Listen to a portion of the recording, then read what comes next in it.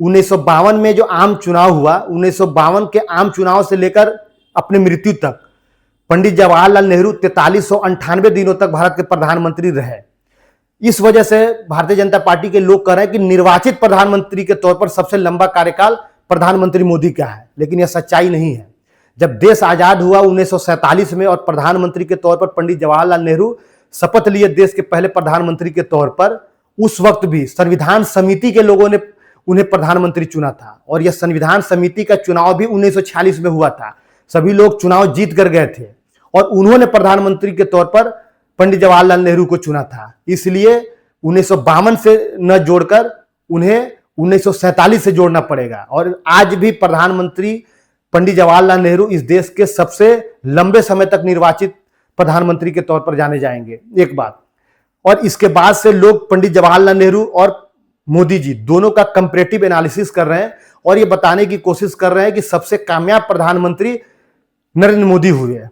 लेकिन क्या यह सच्चाई है? लोग गिना रहे हैं कि 8 IIT खुला, 16 एम्स खुला, IIM खुले, 100 से अधिक कृषि और सिंचाई के प्रोजेक्ट शुरू हुए इन 12 सालों में। हो सकता है कि यह सब हुआ हो, लेकिन क्या इस चीज की भरपाई हो सकती है कि 3259 दिनों तक प्रधानमंत्री पंडित जवाहरलाल नेहरू देश की आजादी के खातिर जेल में रहे, लगभग 9 साल तक जेल में रहे? क्या प्रधानमंत्री मोदी जी भी 3259 दिनों तक जेल में रहे?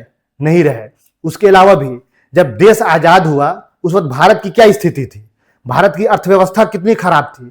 150 करोड़ का बजट था उस समय, आज 50 लाख करोड़ के आसपास का भारत का बजट है।